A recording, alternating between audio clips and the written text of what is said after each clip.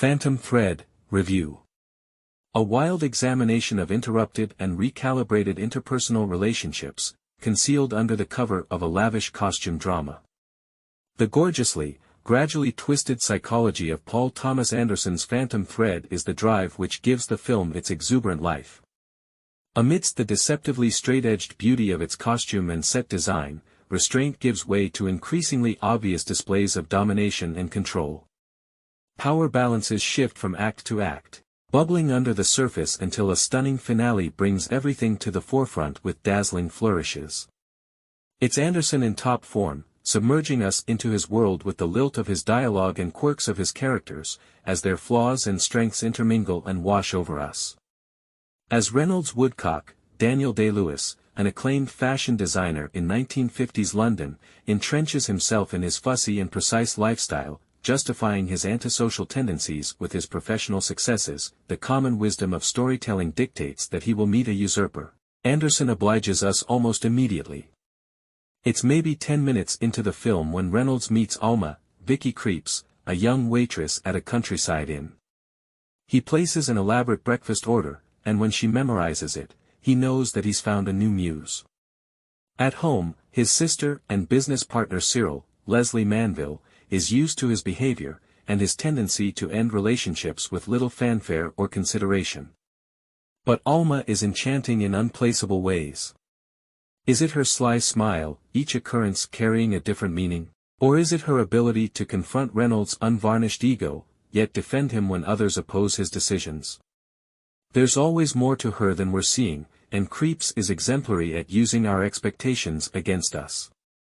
She matches the masterful turns of the script, as subtle gestures become operatic overtures, as signs of love, genuine, though uneven, begin blooming in Alma's mind. Eventually, the movie is more about her than it is about Reynolds. Yet these character definitions are hard to quantify, because Phantom Thread's textual excellence comes from fluid motions of allegiance and appearance. Cyril's position as the placating sibling, enforcing homeostasis for the House of Woodcock, the business and the residence, never changes, but the way she assuages her concerns for her brother's personality is a source of constant surprise. The great irony here is how Reynolds, who prides himself on regular bouts of domineering crankiness, is in desire of an authoritative force. When he talks about hiding messages and mementos within the linings of his renowned dresses, it's a valuable insight into his mind. These products are extensions of his own self, and those concealed items are expressions he is otherwise unable to articulate. The satisfaction comes from the secret, and as the film reveals to us, this is a character full of secret inclinations. They're just not as concealed as he thinks. What begins as a sturdy review of characters becomes something more fundamental. There's a point about midway through Phantom Thread when you realize that every assumption you've made about the film's intentions are completely wrong. You concede to one of the true pleasures of moviegoing, though you may guess where these characters will end up, you have no idea how they'll get there. Anderson seduces us with his hazy cinematography, as soft sunlight parses in through the windows onto the House of Woodcock's spotless walls.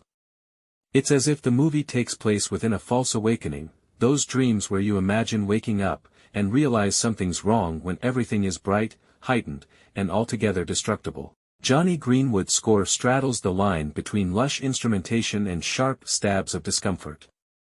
Like the script, it takes a chaste surface and dares us to piece together the more eccentric notions of how Alma desires to tame Reynolds' harsh proclivities. One scene demonstrates this character dynamic more efficiently than any other. Insisting on complete silence during breakfast, Reynolds grows irate when Alma butters her toast loudly. Her knife cuts through the cold butter, smacking onto the porcelain dish.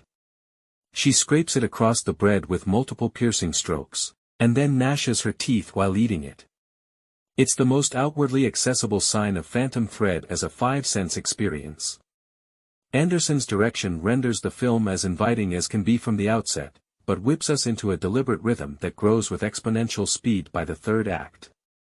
Through meticulous set design and a ravishing visual palette, dynamite performances are brought to life in a world covered in glamour, but still one with room for these complex entities. It's a wild examination of interrupted and recalibrated interpersonal relationships.